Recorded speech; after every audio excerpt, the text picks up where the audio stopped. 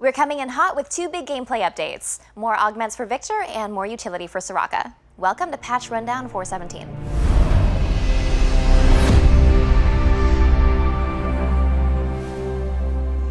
What's up, Summoners? Miss Pudding here to walk you through the big changes in Patch 417. Today we're talking about champion updates. Click on the links here if you want to skip to a portion of our discussion. So, Victor's continuing his glorious evolution with some pretty neat changes that make his playstyle more customizable. You can now augment all the things. Actually, all of his abilities if you've got the gold. Soraka's got a pretty big update with this patch as well. Her ultimate's still the same, but her kit comes packed with new risk and reward mechanics. 417 also comes with some smaller changes as well. Garen perseveres even harder, regenning faster as he levels up, and LeBlanc's getting a bunch of passive tweaks so she can be trickier with her illusions. We changed how champions interact with player-made terrain last patch, but we kinda forgot about Nautilus. Luckily you guys noticed, so we've updated the big guy, meaning he can now dredgeline his shiny metal ass to Cataclysms, Anivia walls, and more. Finally, we've got some minor nerfs for Maokai, Nidalee, Talon, and Tristana. Check the patch notes for specifics. Since we've got two champion updates this patch, we brought in Skarzard from the gameplay team and Seb and Scruffy from Champion Updates to talk about the changes and give us some insight into the champion update process. Thanks for being here. Hi, thank you. So before we get into Soraka and Victor, I kind of want to look at champion updates as a whole. When we approach any champion for an update, what are we focused on doing with that? So this is actually a change that the team has been trying to make over the past year, and the changes are finally starting to hit players. We used to separate completely like visual changes and gameplay changes, and like give things to players piecemeal. Yeah, we worked on a much lower level too. Yeah. Like everything was like solving small problems or some little improvements. And at this point, we're trying to merge these things to deliver like Soraka like champion value, which is across gameplay and effects and art and all these What do you mean by things. champion value? So when we think about what champions are, they're more than just the gameplay or the art or anything like that. It's a combination of all these things put together to be more meaningful than just the things in isolation. And so that's why we are starting to update champions not in isolation. We're trying to do as much as possible across the three things that make them unique. Yeah, every champion, we want to support their unique identity. We want to accentuate their strengths and weaknesses. We want to, you know, like make art and sound and all these things come together into a better, you know, quality package. Yeah, I think in the past we may have even underestimated in some cases the effect that having a brand new shiny particle or like a really cool sound just living in the world can be, right? Sure. Like currently the difference between like old Karthus Wall of Pain, which was like this dinky looking thing, and now seeing this like epic tombstones rise so and scary. things like Again, like the souls. if you think about it just from an experience, like that's way cooler Sells and it, kind of upping our level of game in this department, right? If you look at what we're doing across design holistically, right, especially over with live gameplay, changes that we have coming this patch, we have the Garen passive change and we have the LeBlanc passive change. These are changes that kind of reinforce their identity and push their gameplay further in that direction, and maybe we're not quite at the champion update level and we're not really rocking the boat too hard, but we're saying, what is LeBlanc about? She's about actually being a deceiver and moving around and blinking, so let's give her that cool passive. Or Garen is about charging into front lines, so let's let him regen and be tankier, right? Things like that. We want to emphasize every character's sort of, I mean, some characters don't even have this, and so in the bigger, kind of more extreme cases, we might have to find something new or find something that they can build from. So is that where we start to see the more, like the bigger changes to the kits, like with Soraka? Well, in a way, Soraka has always hinted at what she wants to be, right? This premier League of Legends healer, but we had just never come even remotely close, I think, to executing on that, and she had sort of fallen into the same space as a lot of the other characters with heals in the game. So why don't we actually take a look at what Soraka's changes are? So her passive is all new. It makes her move faster when she's moving towards low HP allies. Her heal now costs HP and has a really low cooldown, so she can kind of rapid fire it. Since she's hurting herself with that, her Star Call heals her when she hits enemy champions, and you can see it's a smaller AoE. It's got a sweet spot, too. Her E hits an area. Now it's not targeted, and it silences you when you exit the circle, and then roots you if you stay in the circle. It actually silences, the whole zone silences the entire time while you're in it.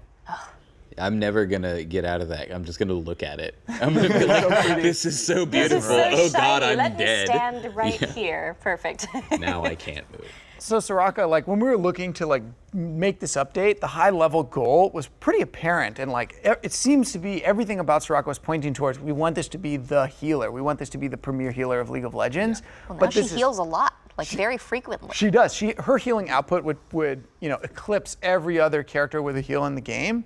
And this is not something that we had been able to accomplish in the past, and we honestly avoided it because it was problematic, right? If you just gave a support character like Sona or Nami or old Soraka a really powerful, really low cooldown heal, they would sort of flatten out the game in a bad way. Everything would be everything They would that negate happened. all of your good plays, right? Like Exactly. you make an amazing play in lane, you get a great trade-off, and then Soraka's like, yeah, I just healed him and gave him full mana again. Right. So- Also, you're silenced and dead. Right. Like that's Right. I mean, it led to boring games, right? It was not interactive with the enemy team, so she'd play very passively and still potentially win or lose. And so, we had to ask this hard question of what can we do to let this character go over the top where they're healing? Yeah. Or speaking of boring lanes, right? Like if we look back to the top lane or the mid lane Soraka that was being played a little bit earlier this year, right? They're known for just building full tank, shoving the wave. There's nothing you can do. You can't even get close to them. And then when team fights come around, they're just like a brick. They just like walk around and they're like, I heal you, and it felt like it was really, really difficult to Kind of interact. passive play as well. And so, Passive aggressive play. Is right. that- But I mean, not at all what I was going for, but that's okay. But so like when we were like looking to give her all this healing and push the interaction and the risk and the excitement in the game, we finally came to this model of like, oh, she can heal extremely fast, extremely rapidly, extremely,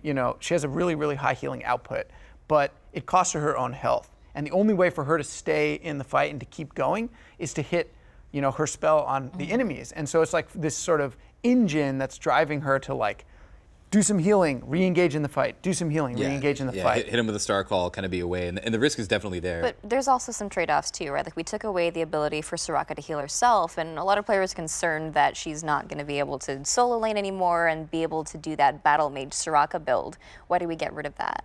So our goals, like the priority for this champion update with Soraka, was to make her the premier healer, and like as I understand, there's some dangers in making a completely self-sufficient healer that can operate by herself, right?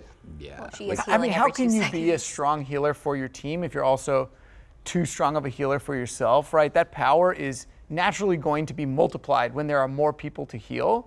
And so even though we don't explicitly want her not to go to a solo lane, she's just better when she's with her teammates because that's what she does. Yeah. She supports her team and she helps them win. Why don't we contrast Soraka's big gameplay update with Victor in the sense that he didn't actually get a lot of changes to his basic kit, but we allowed him to augment everything. Why don't we go ahead and look at what some of the new augments look like? So the Q gives him a speed boost now when it's augmented. W pulls you to the center of the circle if you get stunned. And the augmented E no longer does damage over time, it does a second explosion. When you upgrade all 3, your ultimate has a faster move speed. It's a nice little thing to top you off once you've finished the ultimate evolving. evolution. Yeah, I Right. think it's called the perfect text core. Right, Yeah, but yeah. like how do we come to the decision to keep his kit basically the same and then just build on his augments? Yeah, so it's definitely true that these 2 gameplay updates, they're being released at the same time, but they've got completely different scopes because they've got different goals in mind. On a higher level, we're thinking about our goals. We have 3 goals on the team. It's like, yes, we want to execute on champions better. We also want to make them more distinct and more cohesive. So Soraka, for example, we're prioritizing the distinctness. We're trying to make something completely new and specialized in League of Legends, that premier healer. Yeah. With Victor, we're focusing more on the execution. He already had something very special going on for him, but it just wasn't satisfying enough at the time. And like he does look cool, and there aren't that many champions that are designed in that fashion, but his execution is a couple years old at this point, and we can fulfill that fantasy a little better. Victor players for a long time have really felt this kind of pain of, I make my one decision on my augment, randomly throughout the game. I pay gold for it, and then I feel like I get outscaled. Where, right, we have Kha'Zix, who comes along and is like, oh, I can change many of my abilities at many points in the game, and everyone's like, right, why can't we do that? Or like the whole game feels like a big curve with at the same time, I also feel there's kind of a strategic choice when you're playing Victor. You're like, this game, I'm going to augment my W, and this is going to, my playstyle is going to center around this. Whereas in another game, you might go your laser. Yeah, I think you're totally right. But the point was, there's only one strategic choice that you get to do one time. Yeah. At this point, like, yes, you still have the strategic choices of, should I buy my Needless or should I upgrade my thing and get boots or something? Right. And you can get it more and more throughout the game. Right. We're not trying to remove. Well, even though that specific choice that he used to have is different, it's not necessarily removed. We're giving him new choices, right? It's about the order, like what order am I augmenting in, and when do I buy them? Because I still have to compete. My augment has to compete with my normal item. Yeah, I think that like when we think about Victor, like we mentioned before, the priority was better execution. And if we just did a Kha'Zix thing or just did made it a trinket like Rengar, I think we actually start losing distinctiveness. Yeah. Totally. So I think that when you want to make Victor more distinct and better executed on his current distinctiveness, like Kha'Zix is the one, it makes sense. He naturally evolves over time, right? He's this evolving predator. Absolutely. And Rengar, like, yeah, it literally is a trinket to him. Yeah. But if there's gonna be one character who actually brings different tools to the fight that no one else knows how to use or understand, that's gonna be Victor. Yeah. And ultimately, for somebody that is, like, you know, outfitting himself with a third arm because 2 arms wasn't enough for him, it makes sense for him to not be a 5-item character, but to end up like a 7, 8-item character. So introducing Soraka and Victor with this patch, does that mean that we delayed other champion updates? I mean, there's a lot of players that are like, where's Poppy? Where's Urgot? Right, so what's going on there? I'm sure players have noticed that there's been a lot of champion updates, more so recently. Yeah. And that's because we started to find new ways, like workflow-wise, pipeline-wise, to get smaller scope things out. If we take Renekton for an example, if we were to do the full VU, like with VO and everything, it would have taken months for us to produce, and we probably would have put them behind characters like Sion and Poppy and Urgot and all this stuff. So every champion needs something different, basically. And for example, in Victor's case, like, we think that a lot of his distinctiveness is already there. He just needs to be executed a little better. Yeah. And so we've kind of parallelized a lot of this work such that we can afford to do smaller scope things like Victor and Soraka. Soraka's larger scope than Victor, but still much smaller than someone like Sion, at the same time, to make sure that over time, even though projects like Karthus and Sion take quite a while to make, we're still delivering good value to other champions. Ultimately, what we want to do is deliver champion value, and by champion value, I do mean across gameplay and art and the thematic and everything, very regularly to try to get to as many champions as possible, so everybody gets their champion, like, upgraded. All right, thanks for coming out. That was a great discussion. We'll be back in a couple of weeks for patch 4.18. Check the link below if you have any comments or questions for the next patch. Thanks for tuning in.